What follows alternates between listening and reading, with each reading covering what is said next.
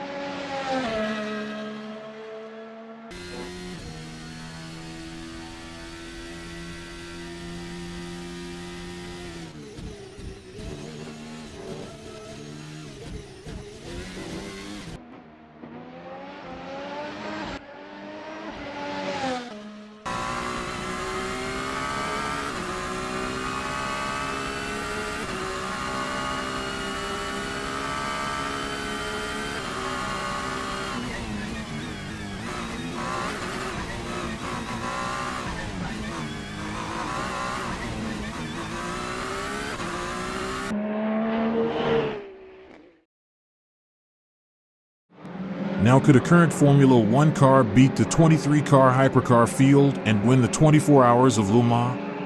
First, let's consider the compatibility of a Formula One car with a 24-hour endurance race. The primary concern is mechanical reliability. Last year's Le Mans winner covered 4,651 kilometers, roughly equivalent to 7.5 Formula One Grands Prix. That isn't a huge task for modern Formula One cars. Teams had 3 engines for a 22 race season back in 2021. Teams usually change gearboxes after 6 to 9 races. To improve the Formula One car's reliability, the driver will do lift and coast the entire race. He will also short shift to take care of the engine. He will stay off the curbs to avoid transmission issues. This will also help other components like the suspension. In terms of cooling, the car will be fully open to cool the engine as much as possible.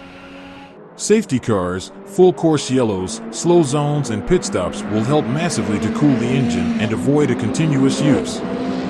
The temperature will be much lower at night too. Another critical concern is the brakes. Formula One brakes only last 400 kilometers, meaning the Formula One car will need 11 sets of brake discs and calipers for the race. Mechanics will change brakes and other heavily stressed parts every 2 pit stops. This will take slightly over 10 minutes. Fuel won't be an issue as the F1 team will use the same refueling system as the hypercar teams. They will also have to change tires. There's only 14 sets for the race, but that won't be an issue as hard tires will be able to do 2 or 3 stints at night given how low the demand on tires is at Le Mans. Another obvious issue is the lack of lights for the nighttime. Laser lights will be fitted. This will be the only modification made to the car. The last concern is the driver, especially given how physically demanding a Formula One car is. The F1 car will have 3 different drivers that will swap every 2 stints. They will change seats, same as the hypercar teams. Let's go racing.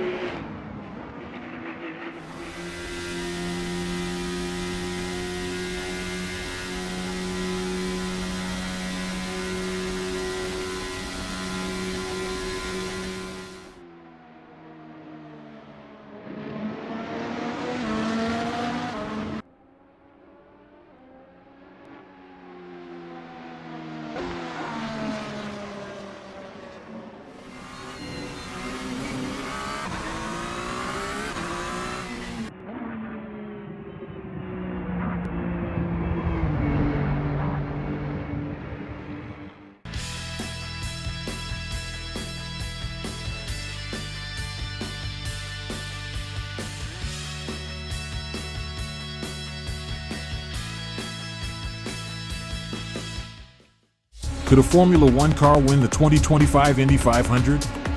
First, we'll put it head-to-head with a current Indy car in a two-lap shootout to see how their raw speed stacks up. Then, we'll compare their qualifying laps. Finally, we'll simulate a full Indianapolis 500 to answer the big question. Could an F1 car conquer the Brickyard?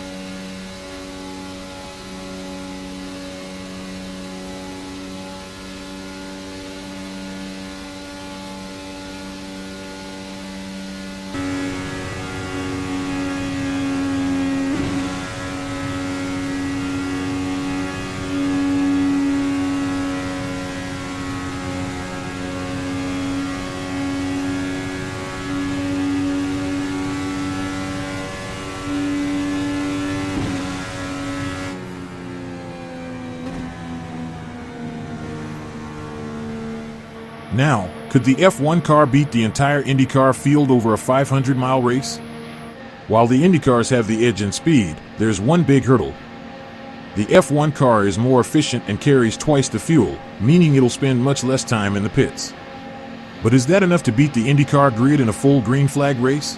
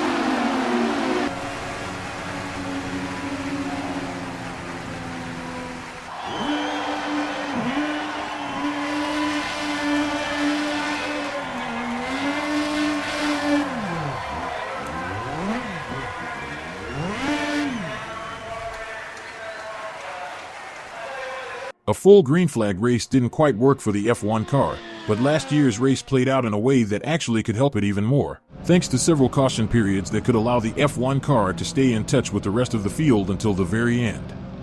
But the real twist? The final restart fell just inside the F1 car's fuel window, but not for the Indy cars. So what would have happened next? Let's find out.